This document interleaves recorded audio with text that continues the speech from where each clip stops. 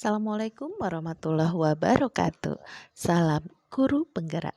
Perkenalkan, saya Istiqomah, calon guru penggerak angkatan 10 dari UPTD SDN 2 Muara Gading Mas, Kabupaten Lampung Timur. Pada kesempatan ini, saya akan memaparkan kesimpulan dan refleksi pemikiran Ki Hajar Dewantara Modul 1.1 Koneksi Antar Materi. Pengajaran dan pendidikan merupakan dua hal yang berbeda. Pengajaran adalah proses pendidikan dalam memberi ilmu yang berfaedah untuk kecakapan hidup anak secara lahir dan batin. Sedangkan pendidikan adalah memberi tuntunan terhadap segala kekuatan kodrat yang dimiliki anak agar ia mampu mencapai keselamatan dan kebahagiaan yang tinggi-tingginya, baik sebagai seorang manusia maupun sebagai anggota masyarakat. Sesuai dengan pemikiran Ki Hajar Dewantara, guru harus berpihak pada murid. Sehingga guru harus bisa menuntun murid sesuai kodratnya, baik kodrat alam maupun kodrat zaman.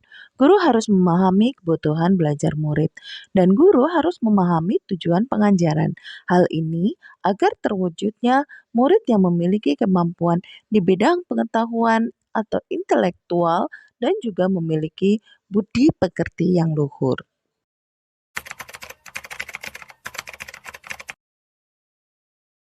Sebelum mempelajari modul 1.1 tentang pemikiran Ki Hajar Dewantara, pembelajaran yang saya lakukan hanya transfer materi pelajaran saja.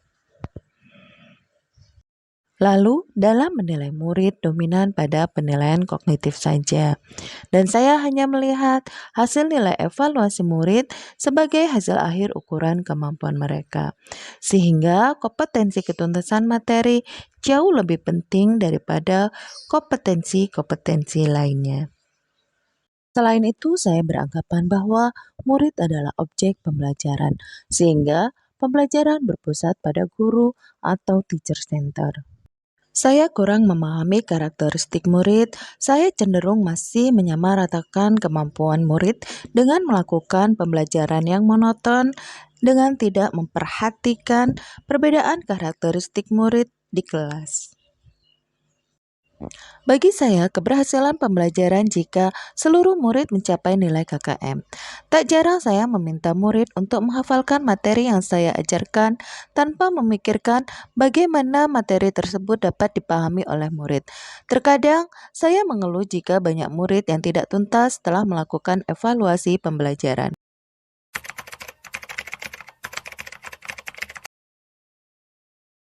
Setelah saya mempelajari modul 1.1 tentang pemikiran Ki Hajar Dewantara, saya menyadari bahwa apa yang saya pikirkan dan lakukan selama ini kurang tepat. Harusnya saya melakukan pembelajaran secara menyeluruh, tidak hanya pada ranah kognitif saja, melainkan pada ranah afektif, spiritual, psikomotor, sosial, dan budaya. Murid bukan lagi sebagai objek pembelajaran, melainkan sebagai subjek pembelajaran di mana dapat dikembangkan minat dan bakatnya sesuai dengan kodrat alam dan kodrat zaman. Murid diberikan kebebasan untuk berekspresi, menyampaikan pendapat, dan berkreasi. Dengan kata lain, guru sebagai fasilitator dalam pembelajaran. Dalam proses pembelajaran, guru harus ikhlas dan penuh kesabaran dengan sepenuh hati agar terwujud pembelajaran yang berpihak pada murid. Saya harus memahami karakteristik murid karena setiap anak diciptakan dengan unik sesuai kodrat yang dimiliki. Saya pun harus juga menghargai murid dengan memberi kesempatan pada murid untuk bertumbuh sesuai kodratnya, baik kodrat alam maupun kodrat zaman.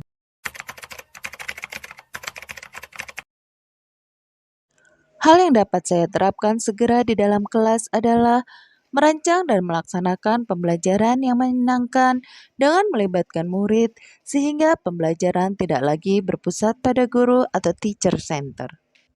Menerapkan pembelajaran abad 21 di mana murid berpikir kritis, kreatif, komunikatif, dan berkolaborasi. Dengan memegang konsep merdeka belajar yang sesungguhnya, pembelajaran tidak lagi menuntut, melainkan menuntun anak serta menjadi teladan bagi murid, baik perkataan maupun perbuatan, agar dapat membimbing anak sesuai dengan kodrat alam dan kodrat zaman. Dengan demikian, akan terjalin komunikasi yang baik dengan murid untuk memahami karakter dan latar belakang murid yang berbeda, sehingga tercipta pembelajaran yang berpusat pada murid. Demikian pemaparan yang dapat saya berikan. Salam guru penggerak, salam dan bahagia. Wassalamualaikum warahmatullahi wabarakatuh.